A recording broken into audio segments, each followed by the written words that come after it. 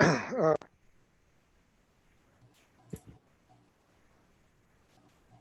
like to welcome Marshall Rimann as our judge.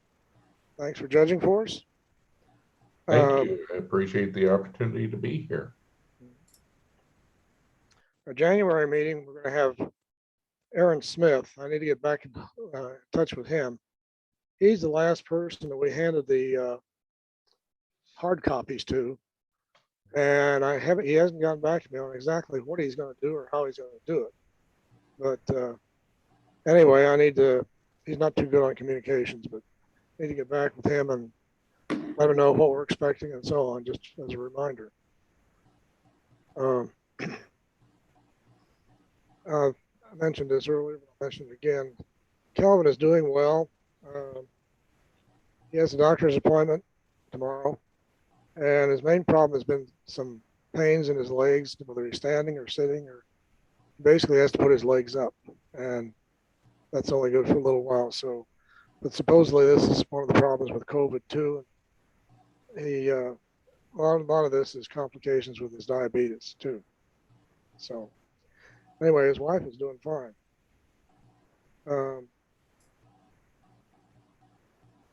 And he said he wished he could be here, so we Travis sent him a text to see if he wanted to join by. He just responded. He said thanks. He said, doing it from my recliner would mean Debbie could not watch TV or talk while using my phone.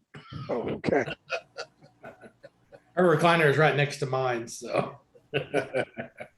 Okay. Marshall, you want to tell us something about the exhibit you got? Turn your audio on. You're muted. What was that again, Bill?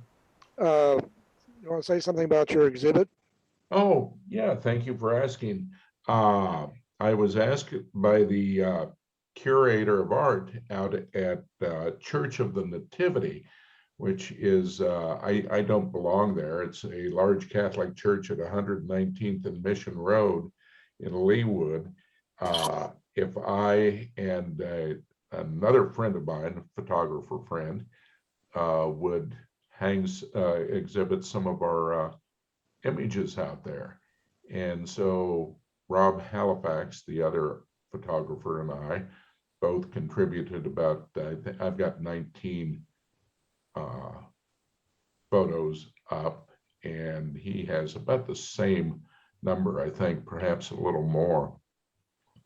And when she asked us to do it, which I was, the lady, I'd met her through her husband and I have done some theater together in the past, and she's a retired art teacher and also an artist herself. She works mainly in oils and water painting and does a lot of what is called plein air painting, which I'd not been familiar with, but it's where you paint right on the spot outside landscapes and such.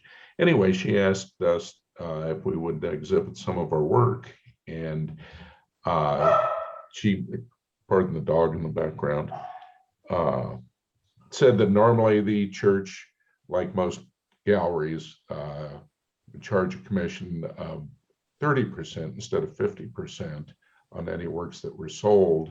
And my friend Rob works with a organization called Healing House, which provides facilities for recovering addicts and things, and folks such as that. And so and I said, well, if I sell any, I'll contribute to them also. And the church turned around and said, well, they're waiving any commission. So we've hung our work as of last week, and I'm just very pleased because I think photography is much better when it's seen on the wall instead of on the computer screen. So, but it's once again, it's 119th and Mission Road. It's open daily, 8 to 5. If you're out in that neighborhood, take a peek in. The prints I hung are 11 by 14s and a 16 by 20 frame. Rob, on the other hand, who does a lot more color work than I do, has canvas wraps and acrylic wraps, which are very, very impressive. So The last time I was out there, they had the exhibit I saw was kind of in a hallway. Is that where? yes, yeah. And the work that was up prior to mine going up was mostly oils and watercolors. And apparently one of the priests out there too, I apologize for the dog. I hope that's not too annoying. Dog's good. One of the priests out there is a spectacular artist himself and has displayed a lot of really nice work. Well, thank you.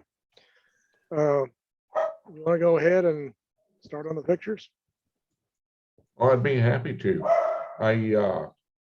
And I'm sorry Calvin's not here, so I can thank him personally for inviting me to be here. He asked me to say a little bit about myself and my photography. I have always enjoyed taking pictures since I was a little kid and playing with my dad's cameras and such. And I remember, I think it was like 6th grade, we were given a project to write about the Shawnee Indian Mission over in Fairway. And I thought, well, it would be really neat to take some pictures of it also. And so I had lusted after a little Kodak camera that I'd seen in magazines. And I thought, wow, if I could talk my parents into getting me that camera, I could take pictures of the Shawnee Indian Mission as well as write my theme about it. And my parents didn't give me that camera, but not long afterwards, they went out and bought, as I recall, a Kodak Pony, little 35 millimeter. My mother would call it our slide camera because she would load it with Kodachrome, and that's the type of pictures we would take. And it was a shared family camera, and I really enjoyed it. I took it off to college with me, and I had no idea what I was doing about taking pictures. And I saw the movie Blow Up. I don't know if any of you have seen that, but it's about a photographer in London, and it came out in the 1960s, and it just amazed me. And I said, I want to be a photographer. I want to be a fine art photographer. And so I started taking a lot of pictures. When I got out of college, I bought my first real camera, a Canon FT. And a couple of friends of mine, we were into photography, and I still have the Canon FT, but the neat thing about it was the lens I got. I had no idea how good it was. A 55 millimeter f1.2, and that's a fantastic lens. And since that time, I had the opportunity to do a lot of travel and taken a lot of pictures around the world, but I was never any good. Yeah, about 7 or 8 years ago, I realized all the pictures I were taking were snapshots. And I look back through them now, and I'm so disappointed because I was in all these wonderful locales and very picturesque places, and I just took snapshots. So I decided to start studying the art, and mostly, well, up until earlier this year, all on my own.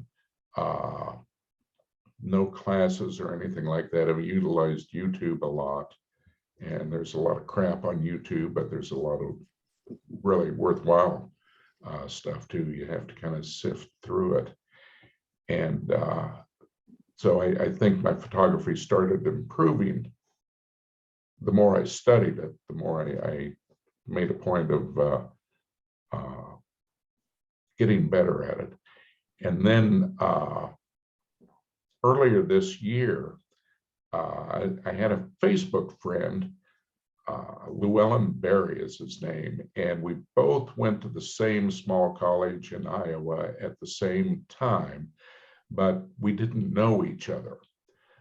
But Llewellyn would put up these great photographs on social media. And I learned in just kind of following him that he was a photo educator. And as it turns out, that has been his career. He lived at the time in Washington, D.C. Now he lives out in the Maryland area. But he was a photo educator. He was a director at the Duke Ellington School of Fine Arts in Washington, D.C. And that's what he's devoted his life to. And I sent a message to him one day. I said, Llewellyn, do you ever do any online tutoring? And he sent back a note. He said, well, he used to do classes there in some community centers in the DC area, but since the lockdown, he started doing Zoom classes. So I signed up for those, and now every Saturday morning, 9 o'clock Central Time, I join these Zoom classes that he presents, and he also does a lot more than that. He sends out a lot of information and emails and stuff. And so I think just since I started that last spring, my photography and my eye has gotten better. And when Calvin asked me to do this, and then when I started looking at the pictures that you all turned in, I realized that is helping my education too, because I'm looking not just at my own work, but other people's work with a different eye. And so I'm learning from that. So I really appreciate this opportunity to advance my photography by seeing the work that you all put up. And I've been very, very impressed. And I've looked on your website and past work and everything, and I've sat in on one or two of these sessions. And I got to tell you, I'm just really impressed. And I really like it too, because my heart is with black and white photography. And I'm starting to get a little bit more into film photography again. It's fun going out and finding cameras at garage sales or cameras that people say, hey, I've got an old camera, and I look at it and wow, it's an Olympus OM2. Would you like it? Yeah, okay. But anyway, so that's kind of my photography story. And I hope I haven't bored you too much with that, but I get going. But now let me share the screen and see if we can bring up the photos you all had submitted. Okay, can you see this? This one is Bill's picture. Yes. Okay. Yeah. Bill, I like this, and the title, it's Serenity. Can you tell me a little bit about it? Where was this in the? Looks like a desert area. Was it New Mexico or? Oh, that's correct, Marshall. It was. It's in the park there, Apache Dell. Somebody help me here with it, but yes, it's in an actual national park there. It's outside of Sonora, New Mexico. What kind of equipment did you use? In the last couple of years, I've been shooting the Fuji XT cameras. That particular one, I think, is an XT2 maybe, with a 12mm lens on it. 12mm? Yeah, it's a Rokinon 12mm 2.0 lens. It's a manual focus lens. I like the picture quite a bit. I like the feel of it, the Serenity that you've titled it, and I really like the sharpness of it throughout, and then the fact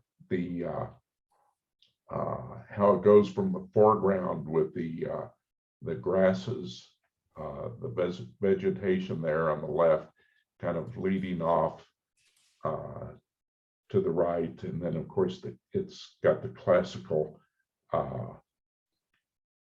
composition with it too, and so yeah, it's very well done, and Thank you.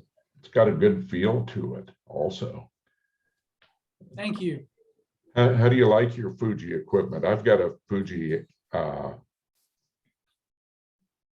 the fixed lens X100 FX or X100. Right. I love the cameras. They're all set up kind of analog. You have dials and so forth on top, so it's very tactile.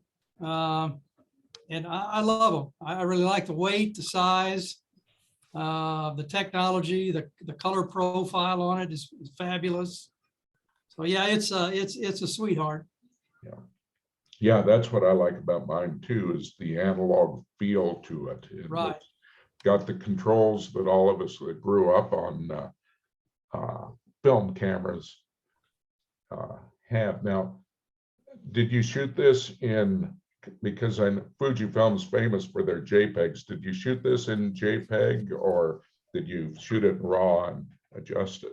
No, I always shoot in RAW. Yeah. But yeah, I ran this through a Lightroom and yeah, I did all the adjustments and conversions to it.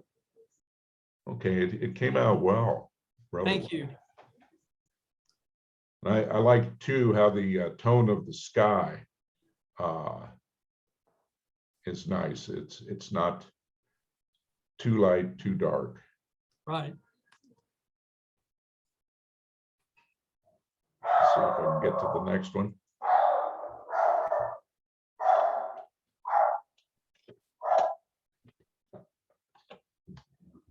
Once again, I apologize for the dog. She's protecting me from barbarians that might come through at any time. Excuse me, I'll close the door. That might quiet things a little bit.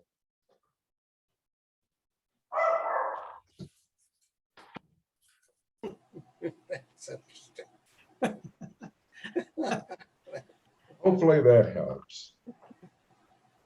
Okay, this Real Steel by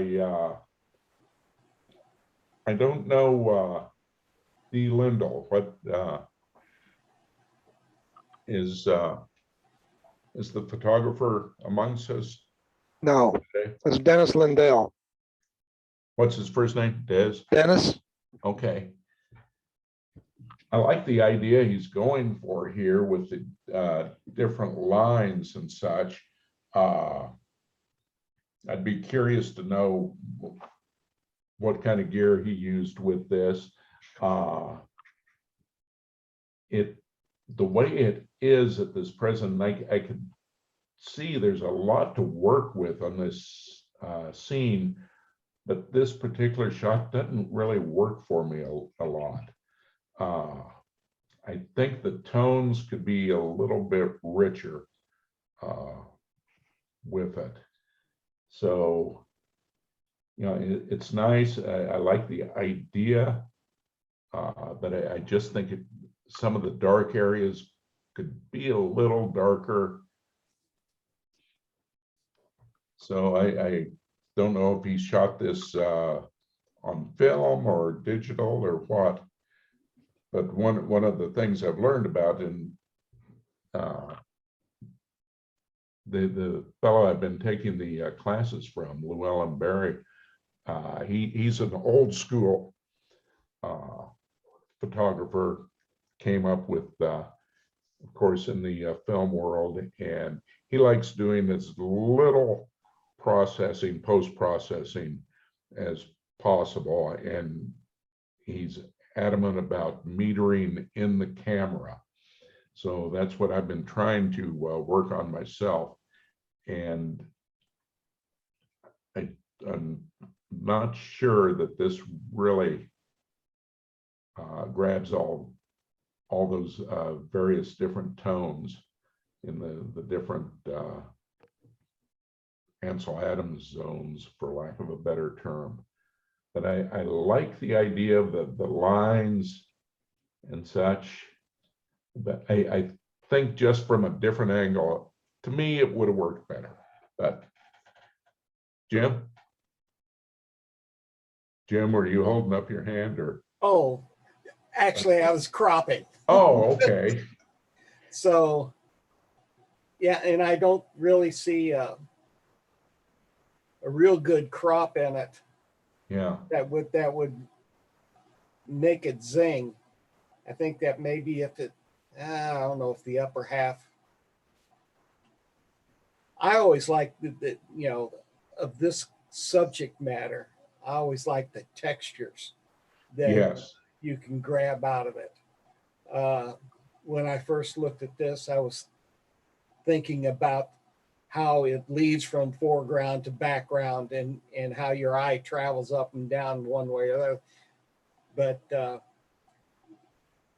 I kind of agree. It didn't really grab me, but I think that subject matter has a lot of potential. Yeah, and I'm wondering how it would have been shot in a horizontal mode instead of vertical too. But of course, not being on the site, we don't know what restrictions there were in that regard.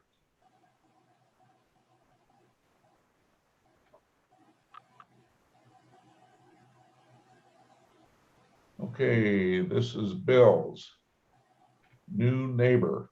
Bill, what can you tell us about this in terms of, well, is this your new neighbor? Well, actually, fortunately, they moved. Oh.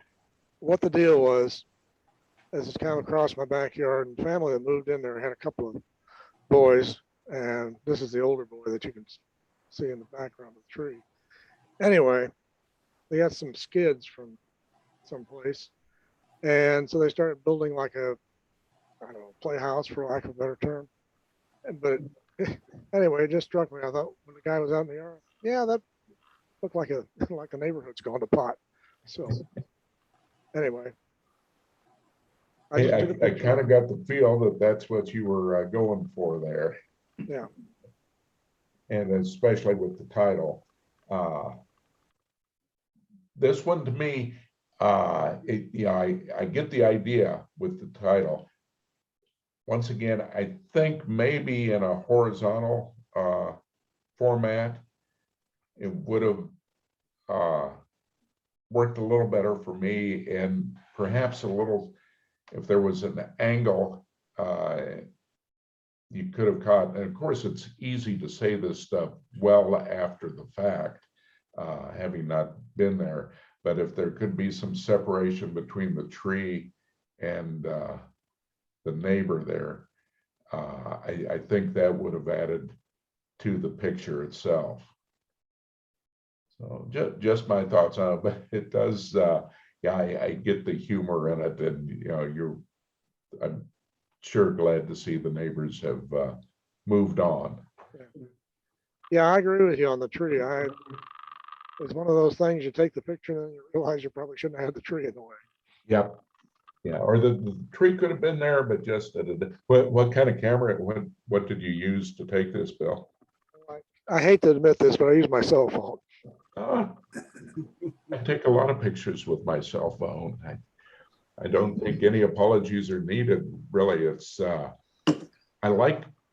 personally, I like the images that come out of a cell phone. And I've been able to capture some decent ones, and I've seen a lot of really good cell phone pictures too. But I personally, I don't know if the rest of you use your cell phone much, but although I use it, I just don't like the feel of it as much as I do a quote real camera.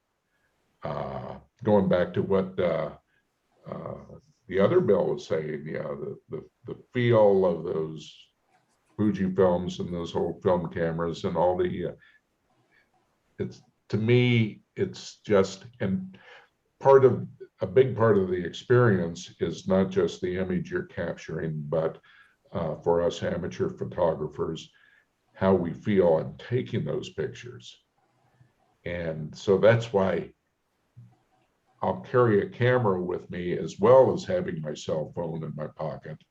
But I will take pictures with my cell phone. Do you all have any thoughts on cell phones and photography? Or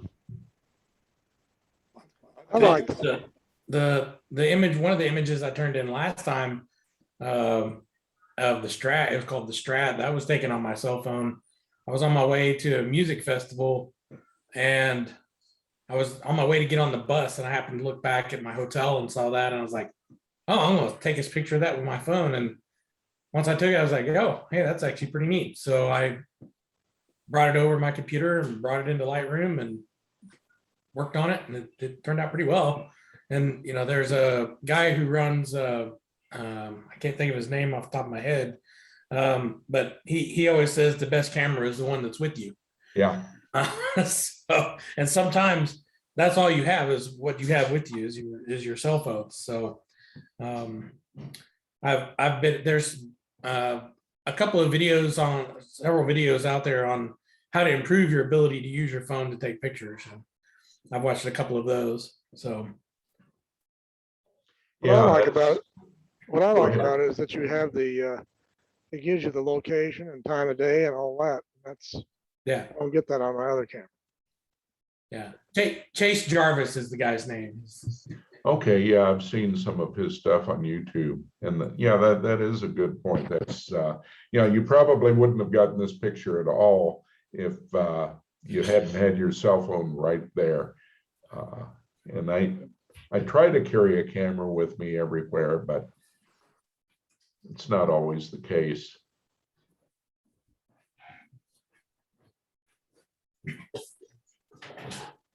Okay, now this one, now, is this Tom that, Yeah, Tom submitted- Wedbush, yeah, he's not here tonight. this one grabbed me right off the bat. And of course, you look at it for a while and brings you in and it says, okay, what is this? And I'm thinking it's probably a cactus. Is that, did y'all? Mhm. I'm gonna say that's what it is, yes. Yeah. And yeah, I'd like to learn how he did this because yeah, it works for me. It, like I say, it draws me in, and the sharpness of it, yeah, just it's quite amazing. So I has anyone else got any thoughts on this shot? The only thing I can think of, Marshall, is it looks like it needs some blacks. It Yeah. doesn't really have a good black tone. That's a good point. Yeah. Yeah, the tonal range could be a little bit more to it. But I like the idea of it a lot. And like I say, it pretty much grabbed me.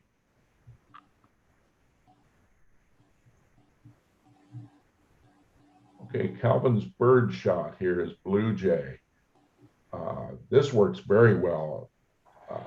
The composition with the diagonal lines and the separation between the top of the bird's head and the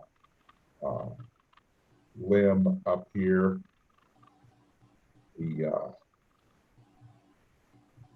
Now, Bill, did he give you any information on this, Bill Staudenmaier? Yeah, he said it was taken, the lens was a Pentax DA 560, 35 millimeter lens. And he just said the bird kept hanging around his yard, and he finally got a picture of it. Yeah, I think he did a a really fine job with it. And once again, the sharpness and the focus is right where it should be. And of course, he got the little catch light there and the Blue Jay's eyes. I also like how the angle here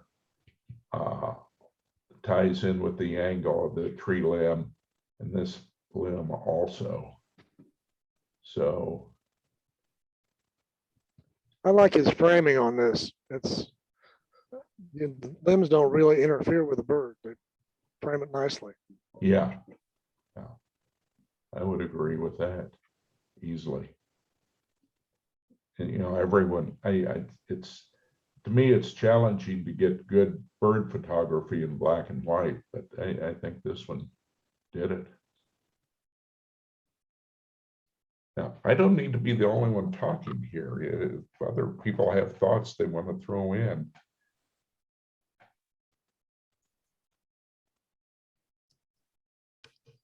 Okay, and this is Jay Schultz. James. James, okay, there you are.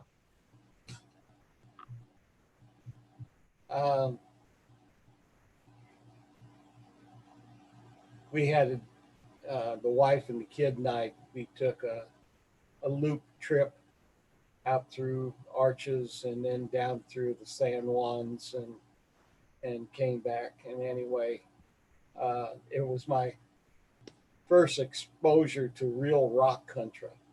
Yeah, And I kind of really enjoyed playing with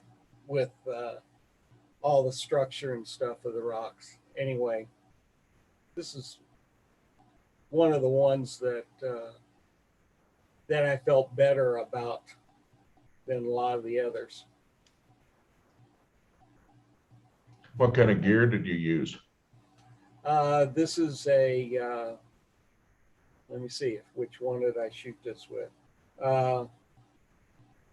This is with a Nikon 7100 with an 18 to 300 3545. So it's a heavy mother, Yeah, but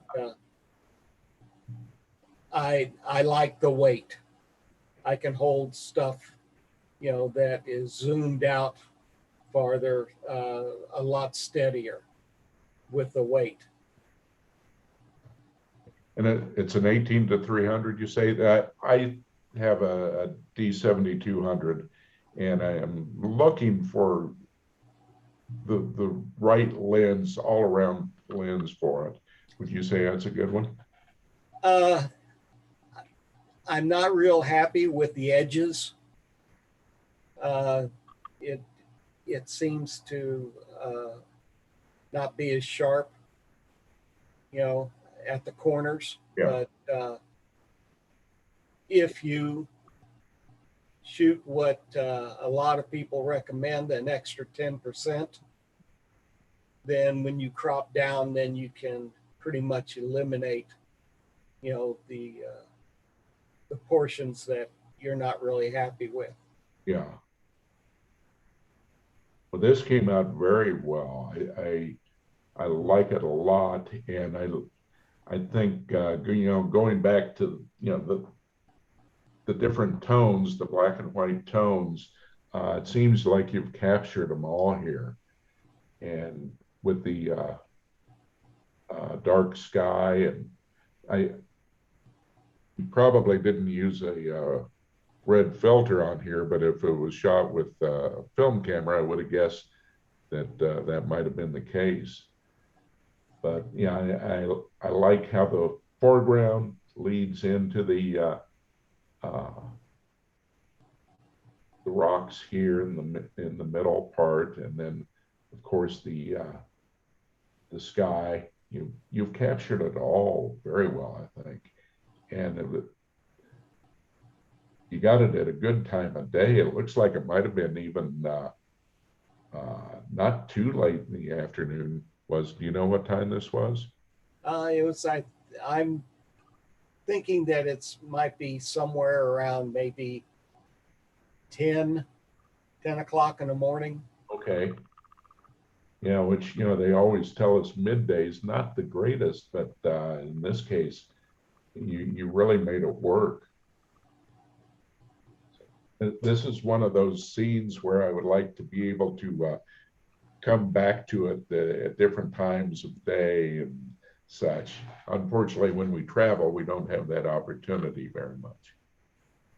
You were talking about snapshots, and when I find that when we're traveling, that especially when I'm not by myself, that you have a tendency to shoot more of a snapshot than you do a real studied Yeah. image.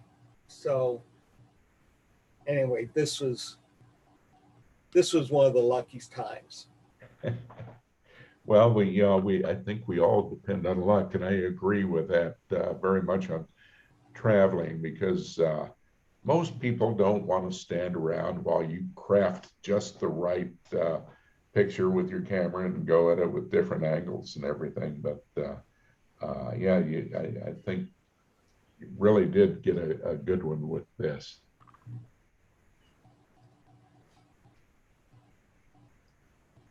Okay, Tom's not here today, is he? No. I just get a very good feel from this, and I think that's probably what he was after. You know, just kind of a warm, comfortable, you can almost smell this old, probably Victorian house. So the mood he was going for in here, I think he captured it quite well. Does anyone know anything about the background of this picture? Was it a museum house or anything like that? Do we know? I would imagine it was not his home. Yeah, I know Tom in this picture he shot I've seen before. He was visiting someplace, and he was in this old house and just happened to see this and like the compensation of it.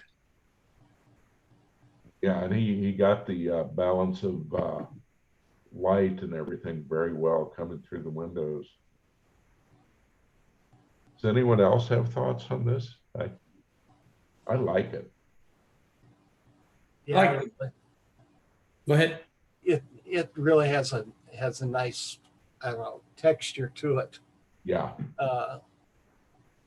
The one thing that I kind of maybe wish is that on the left-hand side, that line had been straighter right there at the bottom, Yeah. you know, to actually cut that edge a little bit, you know. Yeah. That could probably be accomplished in post-processing too, just a little crop. Yeah, I don't think you could get away, you know, do that with a wide angle lens, Yeah. you know, in-house, but in post-proc, he should be. And Because he's very skilled at all that. and I like the you know, as you mentioned, the textures, the wallpaper, the rug, all of this, and then of course the cut glass here, and a very pleasant photograph. And I like the grain that is in that photo. It makes it feel a lot more old timey almost with the grain that's in there. Yeah, it does. You know if this was taken on film and scanned or if it was digital? No, this is digital. Yeah, probably at a fairly high ISO. Or is it added? Could be. Anyway, it's a good picture. Okay, now we're getting into the assigned shots. And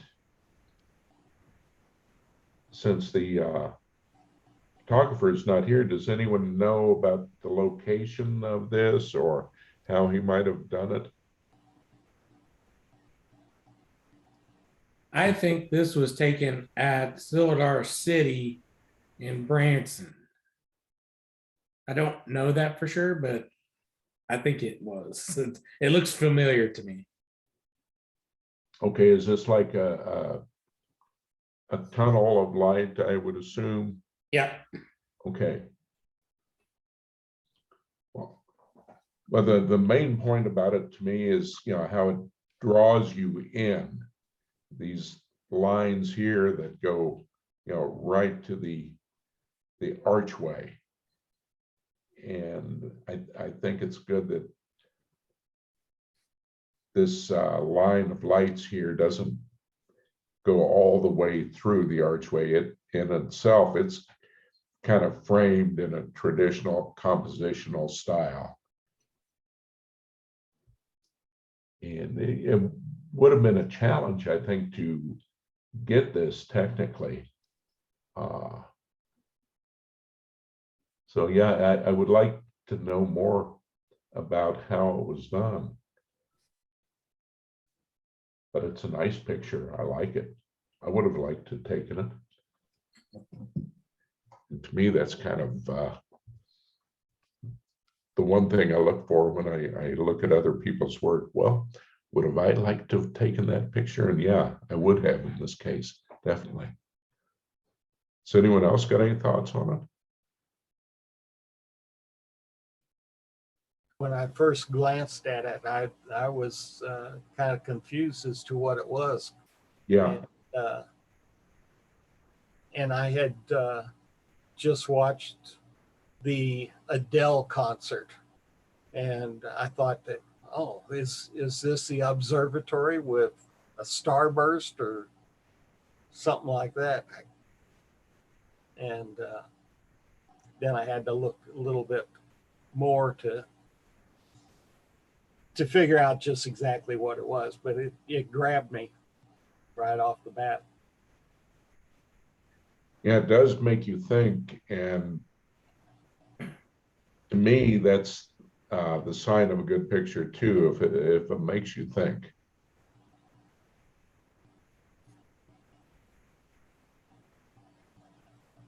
Okay, this one, once again, Tom, and I'm just very impressed with this, the sharpness and the overall technical aspect of it. And of course, this is a classic, iconic Kansas City scene, but it's just very well done. Does anyone know how Tom went about making this? Obviously on a tripod, but I'd be curious to know. Yeah, I was with him when he did this. I've got one similar, but his is a little better, I think. Yeah. Yeah, he had tripod and is all digital, and his I think he's shooting a 7100. Okay. And the way he was able to get that, the sharp focus all the way through, and this obviously, I would say, from the pedestrian traffic here and everything, was this a special event, Harry, at the Union Station, or? This was when they did they lit up the World War I tower, the poinsettia flowers. Okay. Yeah, this is it. We just turned around and saw this and started taking pictures of this also. Yeah. Well, it works very, very well. And seen, and we all have hundreds of shots of the Union Station, and we've all taken them and such, but I think this one is really quite outstanding. And the line of people adds to it to me. It's because that means it's just not standing there alone by itself. There's some definite humanity, and that it kind of takes you back to the days when the Union Station, served as a rail terminal. And he obviously was stopped down quite a bit. Now, Harry, tell us when you took your shot, kind of what settings and stuff would you use on something like this? I was shooting my D500, and I had my, I believe I had my 18-300 on there. And I had probably that 18 when I shot.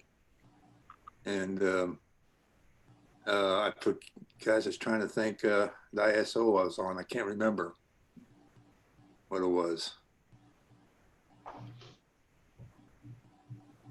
But yeah, this came out very well. The Yes. amount of tones that, it's not overly contrasted. You just see all sorts of nice subtle tone range. I mean, how it blends into each other. Yeah. And the one thing that I was wondering if it can be changed is on the lower right hand side where the black drops off, if that somehow or another can be that either the black brought up, because I tried to crop it and you need that black at the bottom to balance it out, but that drop off, is it against the rules to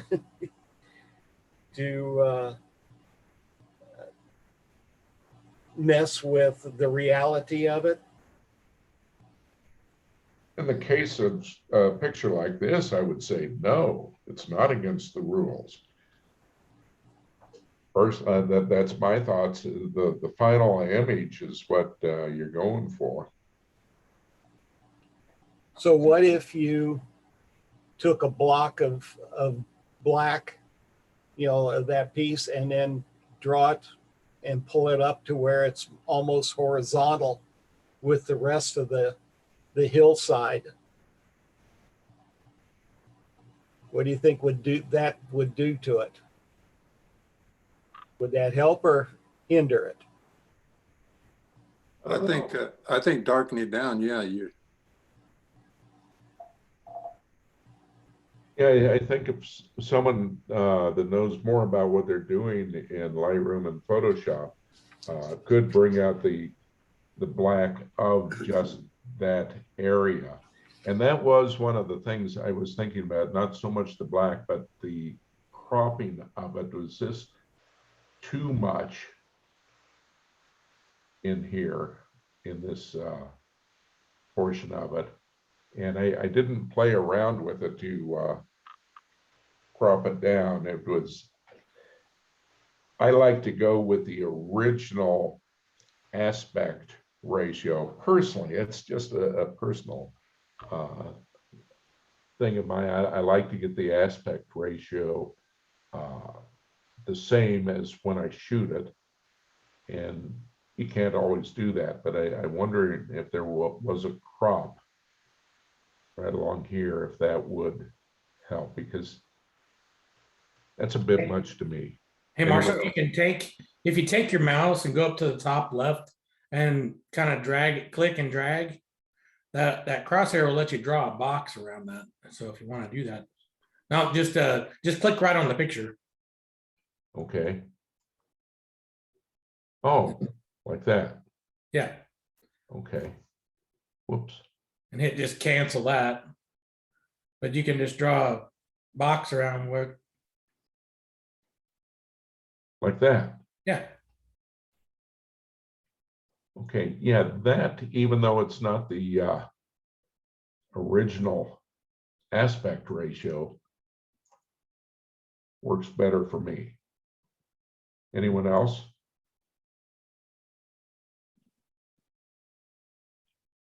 Yeah, I agree.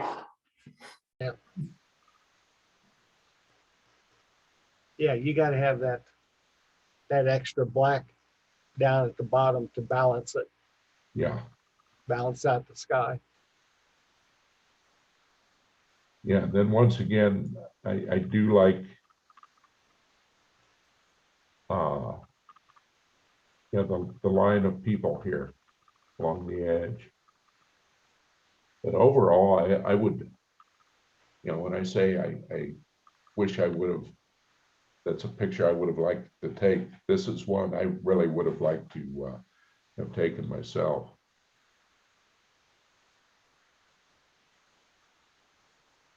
Okay, James, what state fair was this? This was at the Nebraska State Fair. Give us a little background, can you, on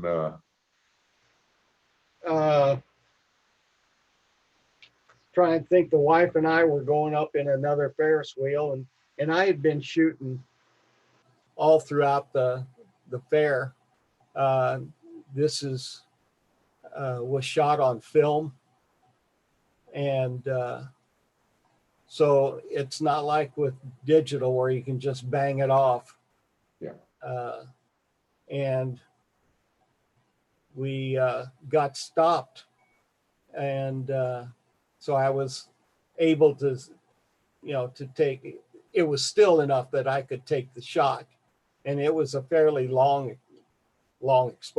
exposure for for a handheld. But when I got to looking at it, then I liked the composition that was in it. I didn't, as I recall, I wasn't that conscious of the composition when I shot it, but it was close. Yeah, I was wondering about the angle of where you were, but that explains you were sitting in the Ferris wheel itself. And I'm amazed that, because you had to be using a relatively low shutter speed, Mm-hmm. especially with the movement of the Ferris wheel, even though it wasn't actually moving, there's still a little shake in there at the time, as I recall. It's been a long time since I've been on a Ferris wheel, but yeah, it stopped at just the right time for you, didn't it? Yeah, exactly. That's the luck factor. Well, if you're like me, you look at things after that. You don't know what a good shot you get until you look at it later. And this one, so many of the composition elements work. Obviously, the lines here. I love how these different towers kind of lead off into the distance. And you've got your straight lines and you've got your circles and the arrows, but it wouldn't be a true state fair without the people, and you were able to capture those also, and even get a little bit of sideshow here, or I guess maybe the box office for one of the rides. And it's got depth to it. What film did you use? Tri-X, or do you recall? 100. I think that's plus X, isn't it? Okay, yeah. So that is slower yet. So Yeah. I'm very impressed with this. You get a little, and the more you look at it, you can spend a long time on this picture just looking at it. There's so many different elements involved, and this little painting on the side of that carnival, this house here, just I love it. Anyone else got any thoughts? How long ago was this? Did you do this, James? This is 4 years ago. Okay, fairly recent. Yes, 17 Okay. or 60. My memory gets fuddled. So What kind of film camera were you using? this was a F1. Okay. No, this might have been the FM. I don't think that there's probably even been 100 rolls that went through that FM. I picked that up at a sale, and it was, almost like brand new. I mean, it was brand new in the box and the whole thing. Wow. And I picked it up cheap. Of course, digital was the thing. But anyway, I Yeah, still I had like a fine. lot of rolls of print. So I went ahead and did them. Yeah, I wish I could afford to shoot film more than I do because I don't do my own processing, and maybe I should. Where do you get your film processed? Actually, I processed this myself. Did you? Okay. Twisted my reel back and forth, and I lost the last fourth to a third of that reel because it ended up touching and ruined the development. And then scanned. Okay. Do any of the others of you do your own film processing? Not anymore. That was it. Okay. Not doing it anymore. I'm done. Well, I'm trying to decide if I should give it a try or not, but and I do miss using the enlargers in the dark room. I used to, when I was young and single, I had a walk-in closet that I used as my dark room, and I had a cheap enlarger. I have no idea now where I got it, but I just loved all that dark room work at the time.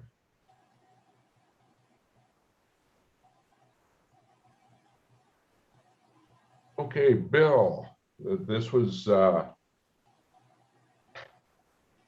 this one strikes me because I like night street scenes. So I'll tell you right off the bat, I like this. What town was this in? That's in Albuquerque. Okay. That's on the main street that runs in front of the University of New Mexico. And that was just one of the little shops there, the piercing and tattoo shop. This, of course, is a tripod mounted shot, 2 to 3, maybe 4 seconds worth of exposure. And that explains the light trails. That's correct. Well, you did a good job with this. And the thing what I like about night street shots and is when they capture the neighborhood. And this one does that for me. Obviously your tattoo shop here, and then right next door, you can go in and get your navel pierced or whatever, and then go next door and have some local brews and a good burger. So that explains a lot when you say it's right down the street from the university. It could be a grittier section of town too, but and I think the black and white part lends itself to that feel. So it's and you were using one of your Fuji cameras on this? Oh, that's correct. Anyone else have any thoughts on it? I like it. And It's definitely a mood. it what? It's definitely got a mood to it. I like it. Yeah, it really does. There's a fellow I follow on Facebook. Well, there's two people. One of them who, and I don't know him other than through Facebook. His name is Christian Dumont, D-U-M-O-N-T, and he shoots night scenes. Well, he uses Fuji equipment. That must have been how I came across him in Paris. And Paris is one of my favorite cities, and he gets the complete mood of Paris at night, and especially when there's wet pavement and such. It just has such a good feel to it. Another good black and white photographer, and he is a professional, Peter Turnley, T-U-R-N-L-E-Y. And he and his brother, David Turnley, have both been very accomplished photographers over the years. They've done a lot of war or conflict photography, documentary photography. And now they both live in Paris and just shoot black and white street scenes in Paris all the time. And that's some of the work I really enjoy seeing when it turns up. And Peter Turnley posts fairly often, and I think he'll put up 5 or 6 shots a day that he'd taken the day before, and I think, wow, if I could get one shot like that a year. But this is a style of photography I really like, and I think you captured it well here, Bill. Thank you. Okay, Bill Staudenmaier, what can you tell us about Calvin's work here? Okay, well, hold on. He said it took him about a year to get all these different phases together because of the weather. And this again is shot with his Pentax DA 560, using a full frame, 860 millimeter setting. And that's about all he said about it. So he really enjoyed it, but it was kind of interesting putting them together. Okay. I've never attempted anything close to this. So first of all, just a single moonshot itself to me is very impressive. To get all these phases, and has anyone else got any thoughts or comments on this? This is so way beyond anything that I could do, but I would love to be able to.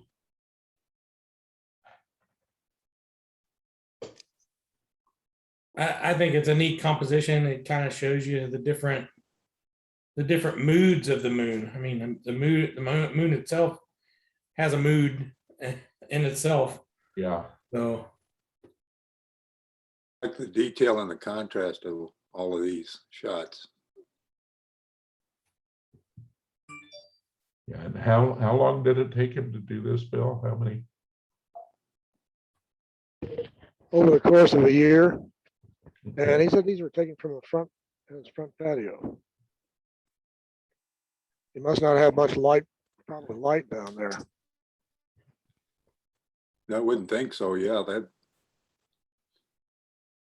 that would interfere a lot of light on that. Well, I admire astrophotography overall, but yeah, I just,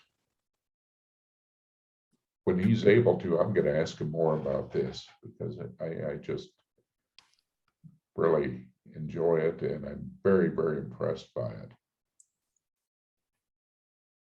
Okay, and Bill, where'd you take your fireworks shot? Well, again, this was a cell phone. This was Okay, out at a friend of my wife's has a house out in western Wyandotte County, and it's around kind of like like maybe 5 or 6 houses around this pond, and he likes to blow off fireworks. I mean, literally, this guy spends thousands of dollars on the fireworks just for his own enjoyment yeah, and his neighbors. But it was really a fantastic show. I mean, his show rivaled anything I've seen in a municipality put on.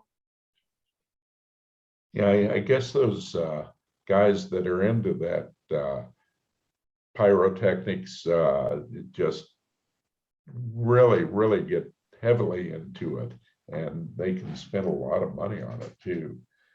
Now, I'm having taken it with your cell phone. What cell phone do you use? It's the newer version of the SE iPhone. Okay. So I'm sure you've got some color shots of this too, but this being a black and white group, Yeah. did you prefer the black and white over the color? Well, black and white for fireworks doesn't really impress me that much, but this was the best out of the shots that I took. The color really adds something to it because you get all the different colors. Yeah. And what really works with me with this is how you've got the observers here and just a straight line right up here to the heart of the explosion, and then the line coming down this way. Yeah, this is a good cell phone shot, I would say. Very good. And I wish I had captured this one. I've never tried doing fireworks with my cell phone. I've tried with film cameras way back when, to not much success, and with digital cameras to not too much success in more recent years. But once again, I'm learning. But yeah, the composition and the fact that you did capture it well in black and white, and the tones, from the bright white here to the deep dark black here, it works. Anyone else got any thoughts on Bill's shot?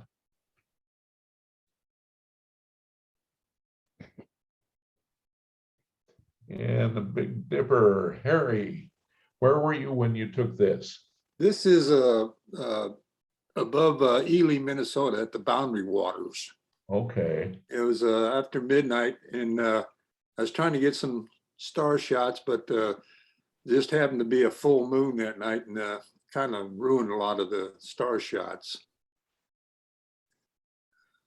I can tell you were someplace where there wasn't a lot of light pollution.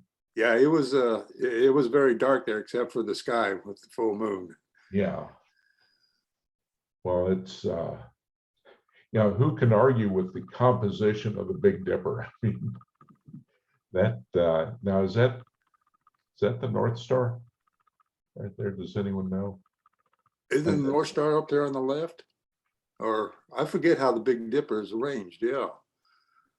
It comes right off the face of the dipper in a straight line, going to the upper right-hand corner. Yeah, that way. Okay. Yeah, Okay. you should run into it's going to be off the page. Yeah, I don't see it up. Yeah, it's not in that shot. Okay. And I don't remember seeing that night. Of course, I was looking at this more than anything. It was there. Yeah, probably. What kind of settings did you use? Do you recall? Pardon? What I'm kind sorry? of settings? This was done with my D500. It was 18 millimeter and about 2000 ISO.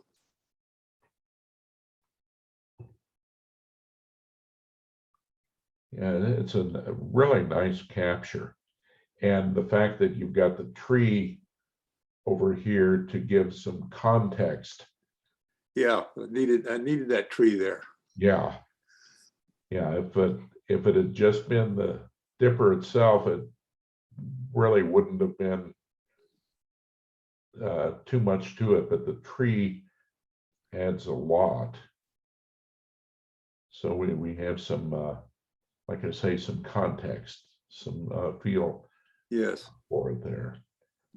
So did you take a lot of shots that night? And this was the Oh, yes, I used, gosh, I don't know how many different settings on speeds and ISOs. Yeah, Yeah, yeah, it's a challenge just to get the right combination, but I think you did it there. thank you.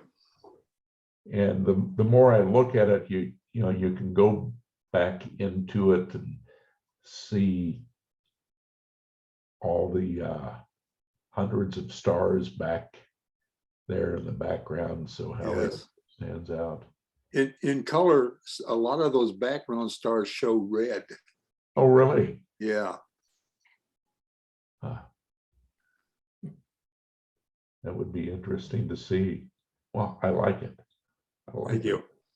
Oh, yeah, I'm just, all of you, I'm so impressed with the work you do.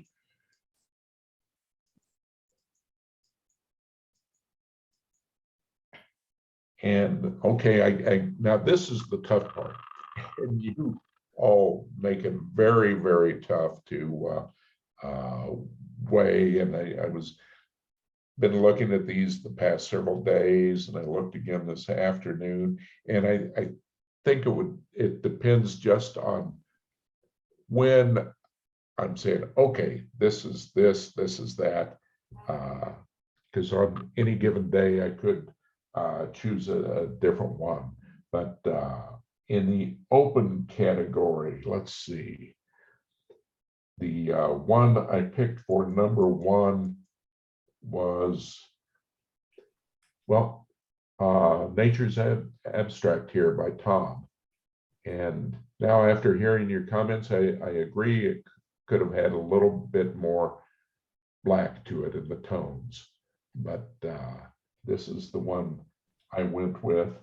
And then number two in the open category, let's see.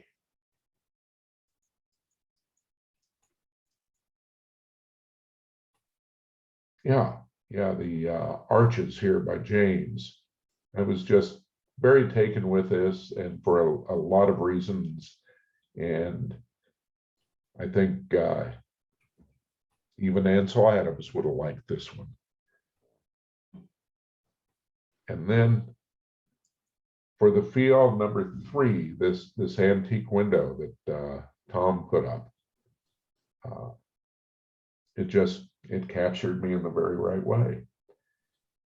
And then honorable mention, Serenity that Bill took down in New Mexico.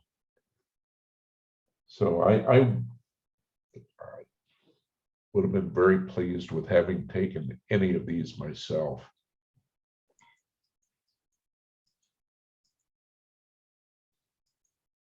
And now in the assigned category, well,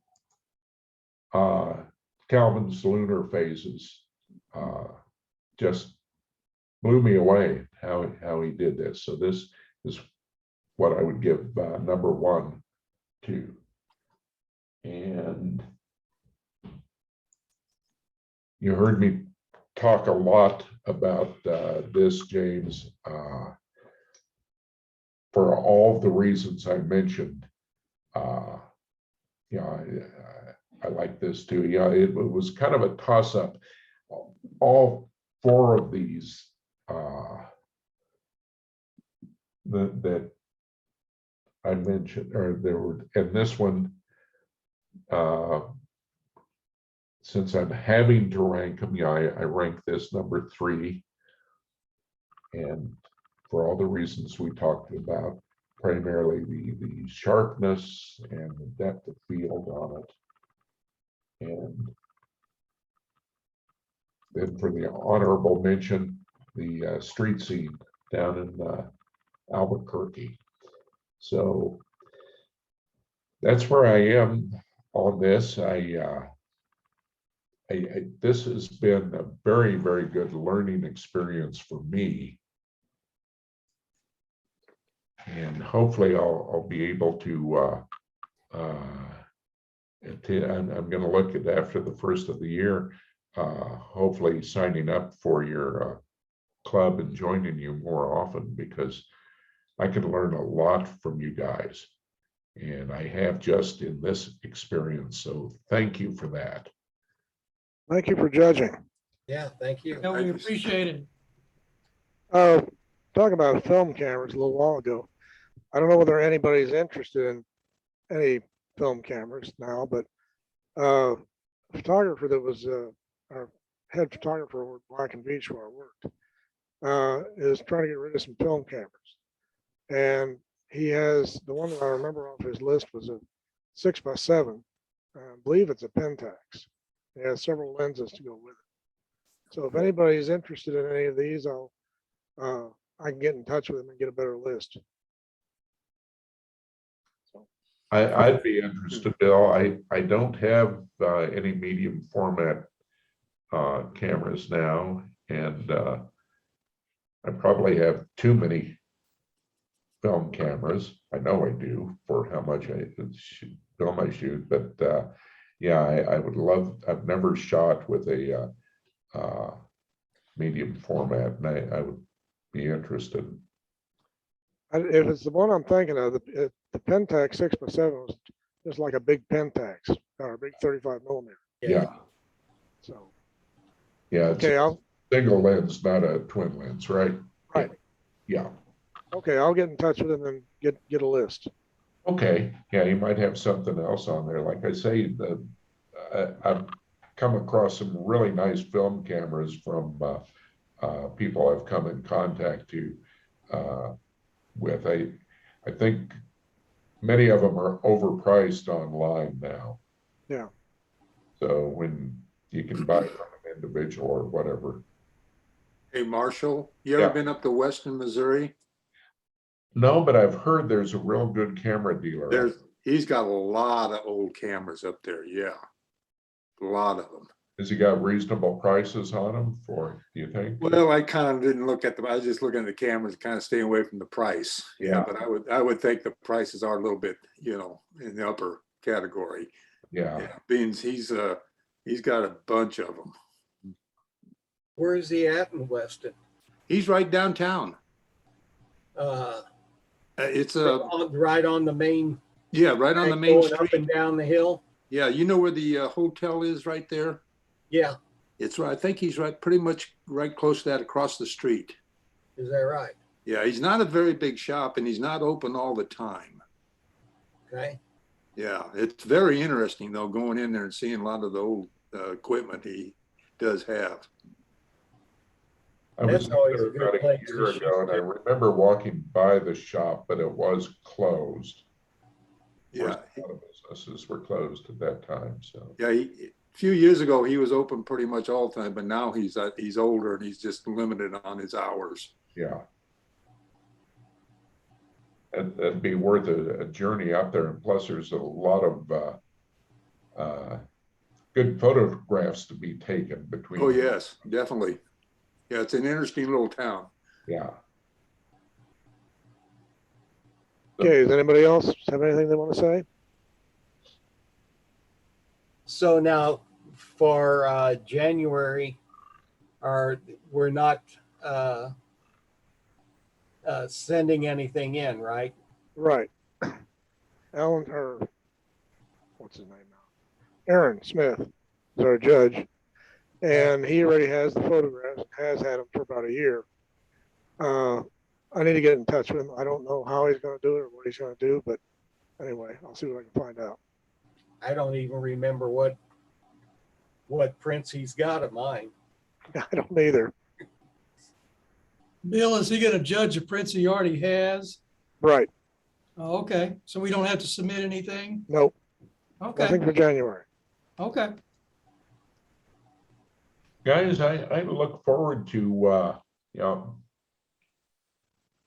becoming a membership after the first of the year. I'm not sure what my status is for January, but I really enjoy seeing your work, hearing your comments, such, and I think I can learn a lot from you all. So hopefully I will be able to do that. And just as a personal aside, as an outsider, I like the Zoom format in that it gives us all an opportunity to be there and show our work. Obviously, I like, real prints as opposed to computer screens, but it does make it, especially in the winter months, in getting out and going about and such. So that's just one man's thoughts on the whole thing. Anyway, I hope I can join y'all, and thank you for letting me be a part of this. Thank you. Thank you, Marshall. Yep. Okay, if nobody else says anything, we're gonna sign off. All Well, right. Marshall, All we, right, guys, See you next time. Yeah, See ya. Merry Christmas, Yeah, Marshall. everybody. thank you. Merry Same to Christmas. you.